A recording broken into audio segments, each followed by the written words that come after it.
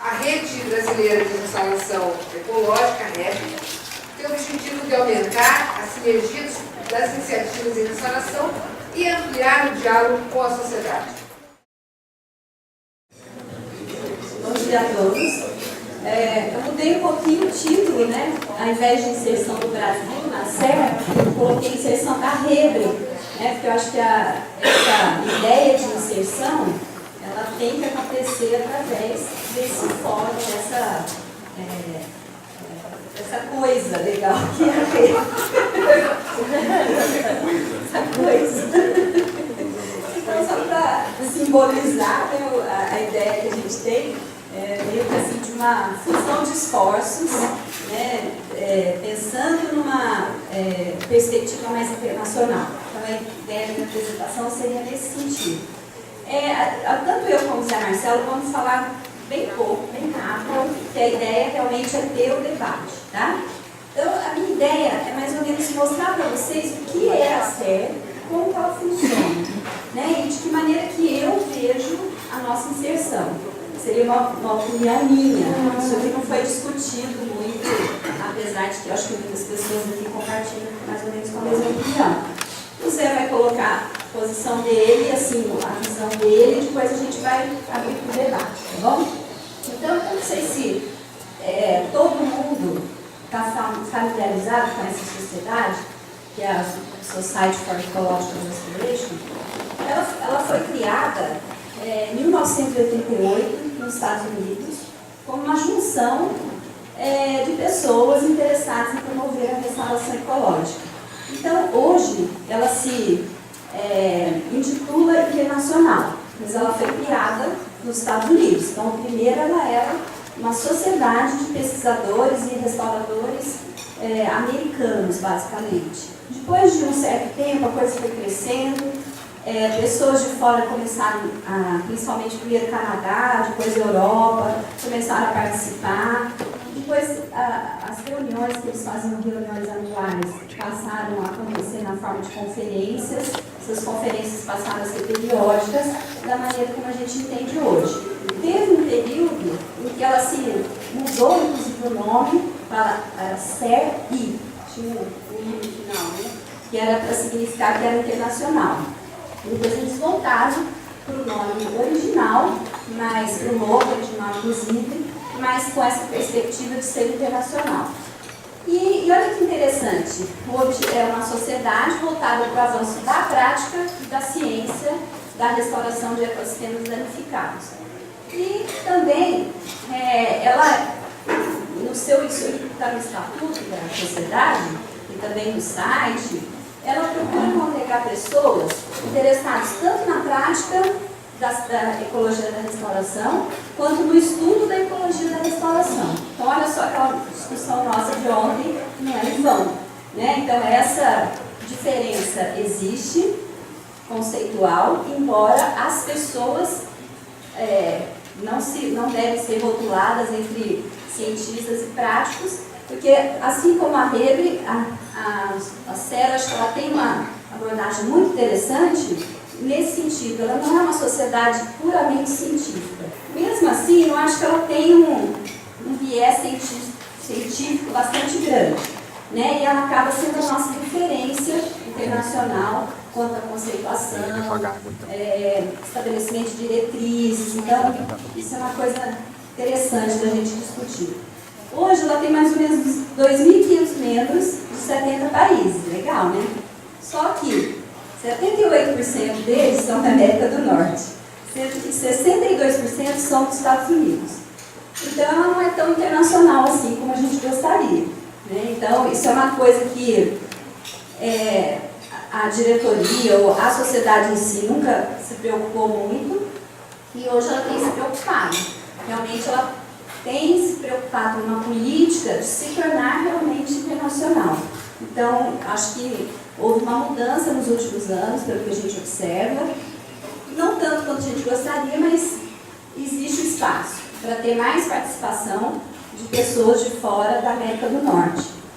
Mas depois a gente vai dar uma olhadinha um pouquinho mais nesse sentido.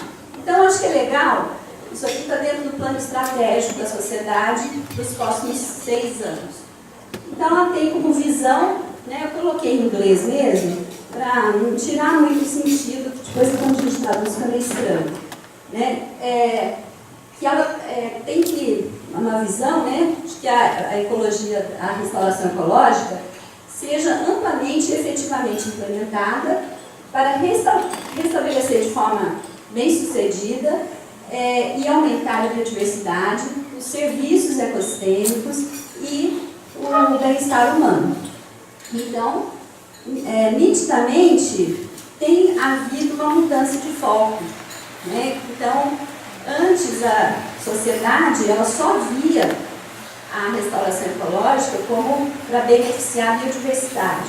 Hoje ela já começa a colocar que o bem-estar humano também tem que estar na sua visão estratégica. Né? Então, eu acho que isso é uma mudança muito grande. Às vezes a gente não está acompanhando muito bem isso daí. E ela também completa a sua missão através do seu papel como uma liderança, uma rede de liderança global. Então, isso é muito importante da gente prestar atenção. Que avança a ciência e a prática da restauração ecológica em todo o mundo. Então, isso acho que é uma palavrinha mágica para a gente pensar, né? Que ela tem esse papel de liderança mundial. Então, por isso que a gente se preocupa com essa sociedade, né? Que a gente quer fazer parte dessa sociedade, para não ficar de fora dessa corrente aí. E a missão, né, ela promove a restauração ecológica como uma maneira de sustentar a diversidade de vida na Terra e restabelecer uma relação saudável entre a natureza e a cultura. Então, eu acho que, de novo, aí vem a dimensão humana fazendo parte desse contexto, que antes era um contexto muito mais biológico e ecológico. Se você olhar na definição de restauração ecológica, que tem lá, inclusive no site, isso não está muito claro. Né? Ela fala simplesmente de reparar ecossistemas que foram danificados, degradados, né, ou destruídos. Não deixa muito clara essa visão de que o homem está inserido no processo. E ela tem alguns princípios norteadores, né, e algumas iniciativas que foram propostas para os próximos 5, 6 anos. Então, como princípio norteador, ela tem, primeiro de tudo, integração entre a ciência e a prática. Uma coisa que a gente tem que aprender um pouquinho melhor. Né? Outra questão interessante é o engajamento, quer dizer, o fato da sociedade ser aberta a todos, a qualquer tendência, qualquer linha de atuação, e também uma participação colaborativa. Ela pretende ser relevante, uma sociedade relevante, na formação de políticas, na forma de influenciar governos, na forma de definir algumas diretrizes para ações de restauração. E também uma coisa interessante que ela coloca, a sociedade coloca, é que embora as práticas sejam sempre locais, elas têm que ter implicações globais. Então isso é uma coisa que às vezes nós brasileiros não sabemos muito como colocar. A gente sempre tem um complexo de inferioridade de pensar que o nosso trabalho, se ele é local, ele só interessa para a gente. Na verdade, tudo que a gente faz, dependendo da maneira como isso é colocado, ele tem uma importância muito mais ampla. E aí tem algumas iniciativas que eu acabei deixando em inglês mesmo, porque era mais assim na forma de tópicos para a gente discutir bem rapidinho, né? Que essas iniciativas, a primeira coisa que é ações, então são propostas ações para facilitar a integração dos limites das fronteiras, né, de liderança entre ciência e prática. No segundo ponto, promover a excelência na prática da restauração ecológica e em projetos. Então, isso é uma coisa muito nova dentro da sociedade. Eles estão começando agora um programa de certificação dos praticantes, dos consultores, né? Então tem um grupo dentro da sociedade que está estudando algumas diretrizes para que pessoas que sejam, por exemplo, consultores ou praticantes da restauração, que a gente chama de practitioners, que eles possam ser certificados pela própria sociedade, né? Falar que eles têm o aval da sociedade para fazer seu trabalho. Então, eu não sei se isso é um papel de uma sociedade desse tipo, mas, enfim, isso está sendo colocado. Então, eu coloquei só como exemplo de maneiras que a sociedade atua. Outra coisa que tem muito a ver com a gente é essa estratégia de realmente construir uma rede global de conhecimento, de geração de tecnologia, de intercâmbio científico, né? Então, ela realmente entendeu que se ela não se internacionalizar de fato, as coisas não vão crescer mais. Me dá a impressão que a coisa lá nos Estados Unidos está meio saturada, assim, não tem muita novidade mais acontecendo, né? E então ela começa a abrir os olhos para o resto do mundo. E, do meu ponto de vista, a gente tem um papel importante, a gente, Brasil, né, tem um papel importante nesse contexto. Outra questão, né, que ela tem um plano de ações, estratégias, para facilitar a educação e treinamento. Então, tem um programa regular de cursos de treinamentos, de cursos de curta duração, de ações junto a universidades, que não necessariamente são organizados diretamente pela sociedade, mas que têm o aval da sociedade, né? Então, está dentro do contexto dos seus objetivos. Outra coisa são ações para informar tomadores de decisão e informar as decisões políticas, né? Então, ajudar do ponto de vista conceitual, de diretrizes, a formulação mesmo de políticas de conservação e restauração. E depois, por último, a construção de capacidade organizacional. Então, cada uma dessas iniciativas estratégicas tem uma série de ações propostas, e aí é dentro desse conceito que a gente se insere. Uma outra coisa que é importante é a gente entender um pouquinho como que a sociedade funciona. Então, primeiro, né, existe um corpo de diretoria, que é o Board of Directors, que tem o presidente, o vice-presidente, tesoureiro e secretário, como tem qualquer sociedade. Atualmente, o presidente é Carl Nelson, que é da Universidade de Montana, lá nos Estados Unidos. O vice-presidente é o antigo presidente, que é o Steve Weisman. Depois tem o tesoureiro, que é um canadense, o secretário é uma outra pesquisadora lá dos Estados Unidos. Se não me engano, a secretária ela não é acadêmica, ela é de uma empresa de consultoria. E aí depois tem os representantes regionais, né? Então, eu sou a representante regional de vocês lá dentro da diretoria, né? Represento a América Latina e o Caribe. Então, são 5 internacionais. Tem um representante da América Latina e Caribe, um da Europa, um da África, um da Ásia. Qual que é o outro? Não, Pacífico, do Pacífico, que é Austrália e Oceania. Tá? E depois tem 6 representantes regionais norte-americanos. Então, enquanto o resto do mundo tem 5, só os Estados Unidos e Canadá ficam com 6. Aí, nesse caso, o Canadá fica junto, porque tem alguns chapters que tem um pouco de sobreposição. Depois tem os representantes maiores, né? Os representantes regulares, que têm um mandato maior do que os representantes regionais. Os regionais renovam cada 2 anos, que são 5. Muitos de vocês devem conhecer o James Aronson. Então, ele é representante maior da diretoria. E aí, depois, além dos representantes, tem os líderes de capítulos, que são os chapters. Né? Então, vocês vão ver quanto a representação é enviesada do lado americano.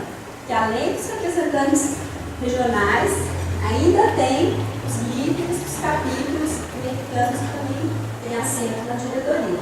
depois tem um representante de estudantes na diretoria. E aí, dentro da diretoria, a gente trabalha na forma de comitês, são alguns comitês permanentes, né, que isso assim tem uma duração mais longa. Por exemplo, o comitê executivo, que congrega a presidente, o vice e o tesoureiro, que tem o papel mesmo de executar as ações de administração da diretoria.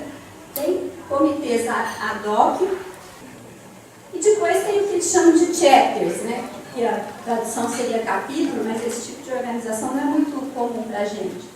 Então seria como se fosse uma filial da sociedade em outras regiões do mundo.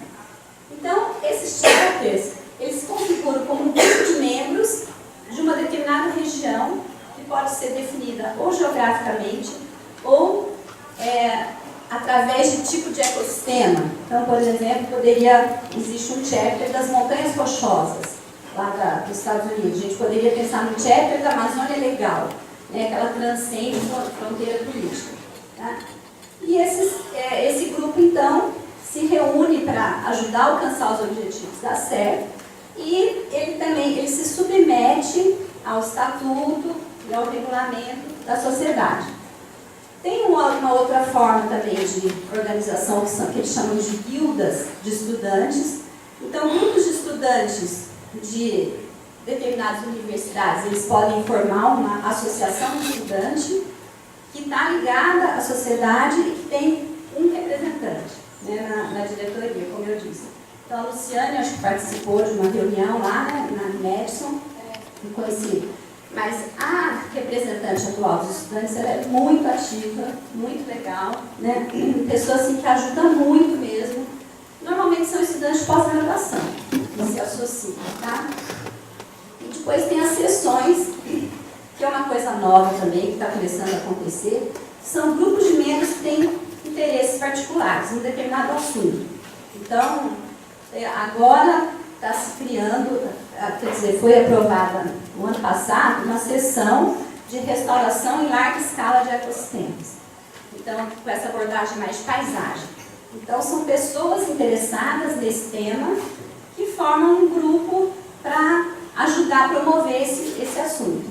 Inclusive, agora, em julho, vai ter um congresso, primeira conferência de restauração de ecossistemas, que é promovido pela sociedade através desse grupo.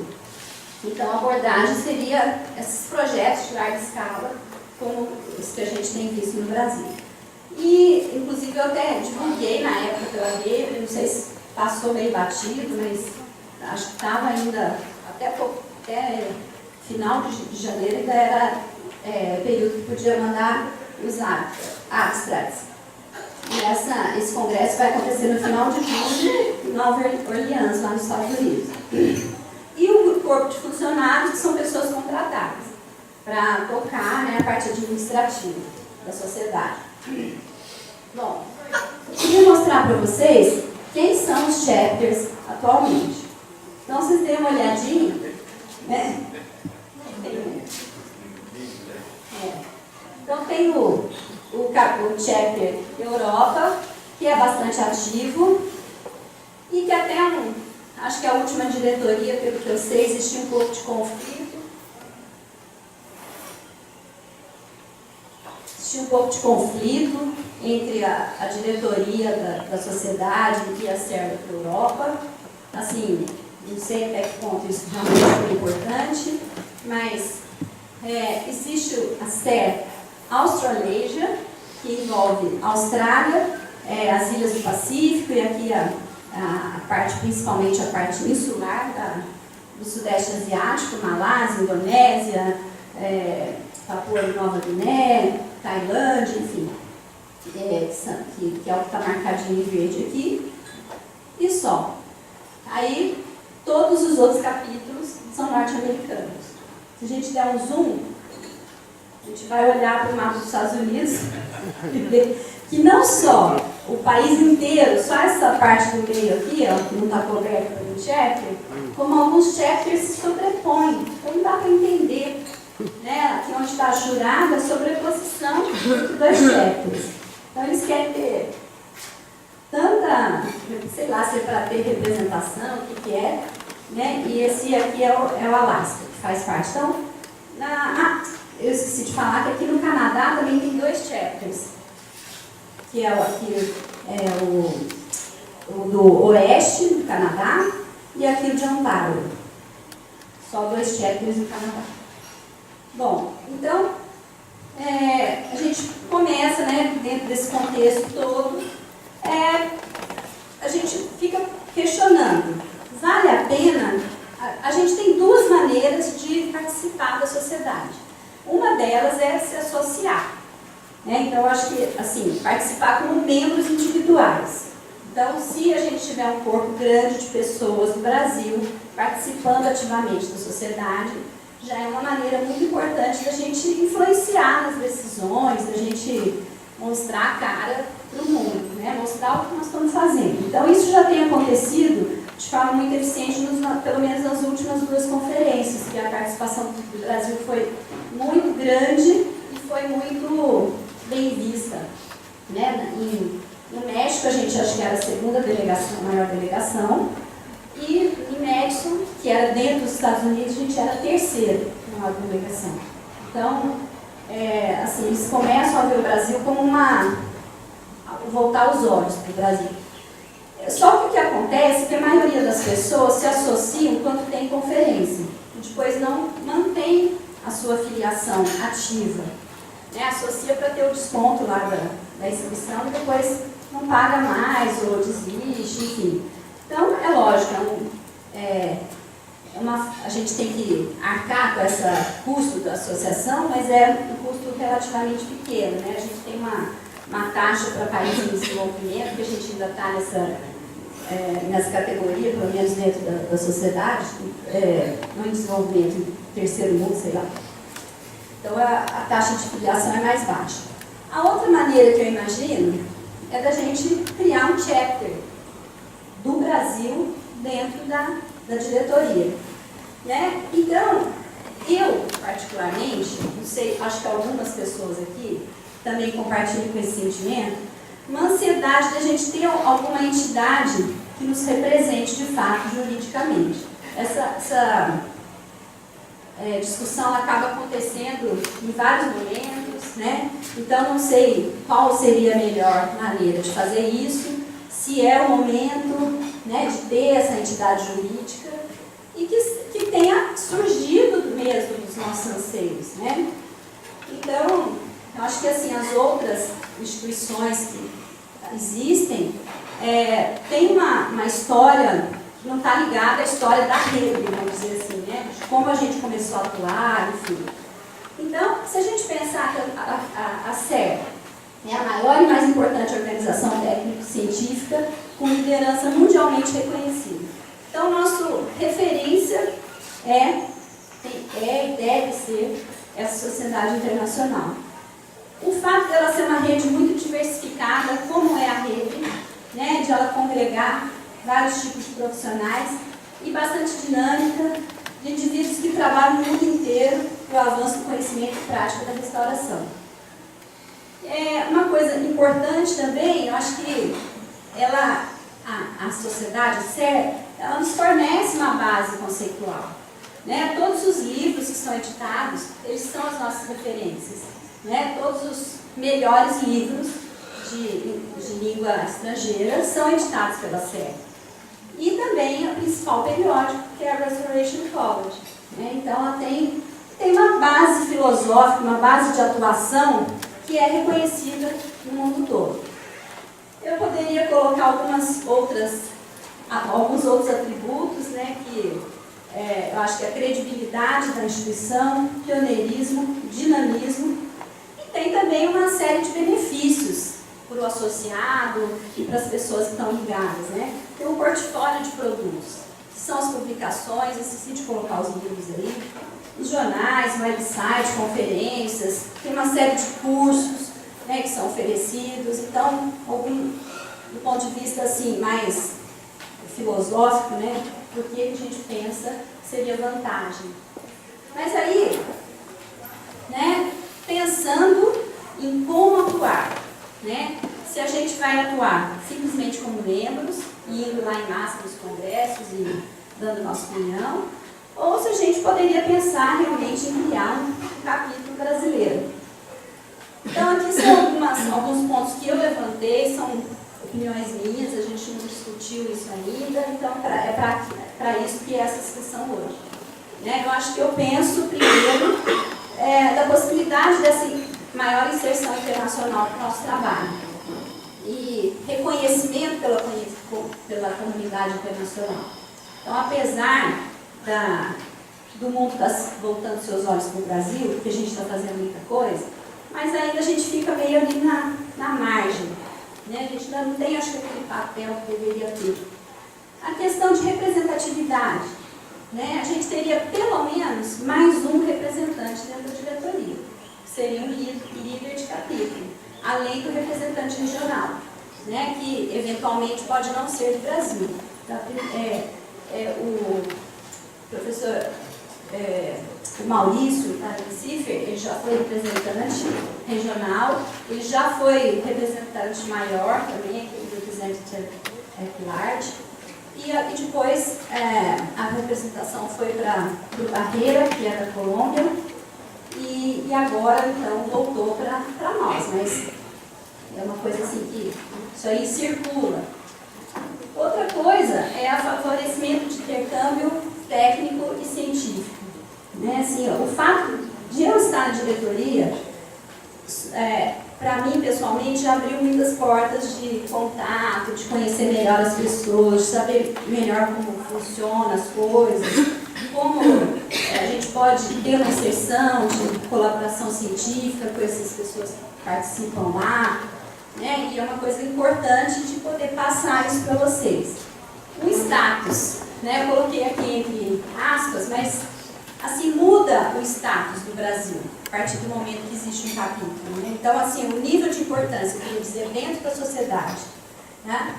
A gente poderia ter um suporte administrativo e treinamento da diretoria, maiores benefícios aos membros, porque além dos benefícios que a sociedade já oferece, teria os benefícios que o capítulo oferecia, principalmente na questão de possibilidade de treinamentos, de eventos, de conferências, né? Possibilidade de captação de recursos, uso do logo e da marca registrada da SER, não sobreposição com outras entidades nacionais, né? E eu acho que, para mim, o que é mais importante é que essa ideia não invalida nem se sobrepõe à existência da rede.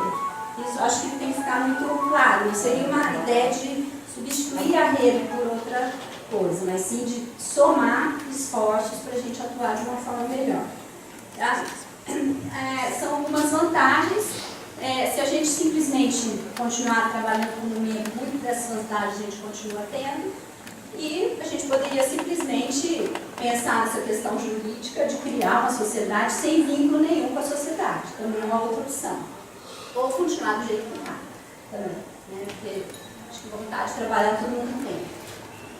Como desvantagens, para terminar, né? A primeira delas é a barreira da língua. Então, essa é uma questão séria. Porque os outros capítulos, acho que isso acontece muito na série da Europa. Eu andei conversando bastante com o pessoal de lá. Eles também têm barreiras tão fortes quanto as nossas. A gente acha que o europeu, às vezes, não, primeiro mundo, todo mundo fala inglês, não é assim. Né? Principalmente os países do leste europeu, eles têm muita dificuldade de se comunicar por causa de barreira de língua também, acho que tanto quanto a gente. Tá?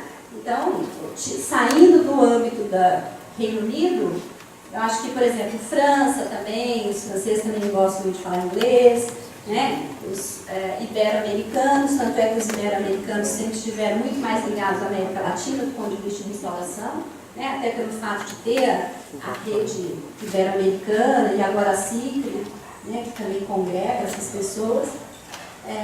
Então, isso é uma barreira não só para nós. Logicamente, o capítulo no Brasil ele funciona em português, ele se submete às regras do país, tem estatuto próprio, tem autonomia jurídica e financeira total da sociedade. Tá? A única coisa é que a gente tem um vínculo como se estivesse preso a um cordão umbilical à sociedade mãe. Funciona assim. Mas, por exemplo, eventos, né, se a gente vai criar um evento que seja de cunho internacional, logicamente tem que ser em inglês. Então, isso é uma coisa para a gente discutir. A gente vai ficar submetido às regras estatutárias da sociedade. Embora a gente tenha o nosso próprio estatuto, a gente vai ter que seguir a cartilha deles, do ponto de vista de objetivos, de missão, né? Que, no meu ponto de vista, não é uma desvantagem. Talvez uma dificuldade um pouquinho maior. A gente tem que manter esse chapter sempre ativo, mas esse sempre ativo tem que ter no mínimo 10 membros que estão filiados à sociedade. Isso a gente já tem tranquilamente, já há muito tempo. Quem aqui é sócio da sociedade da SEB? Só aqui nós já temos esse contingente, né? Então, e assim, sem fazer nenhum tipo de campanha nem nada, enfim.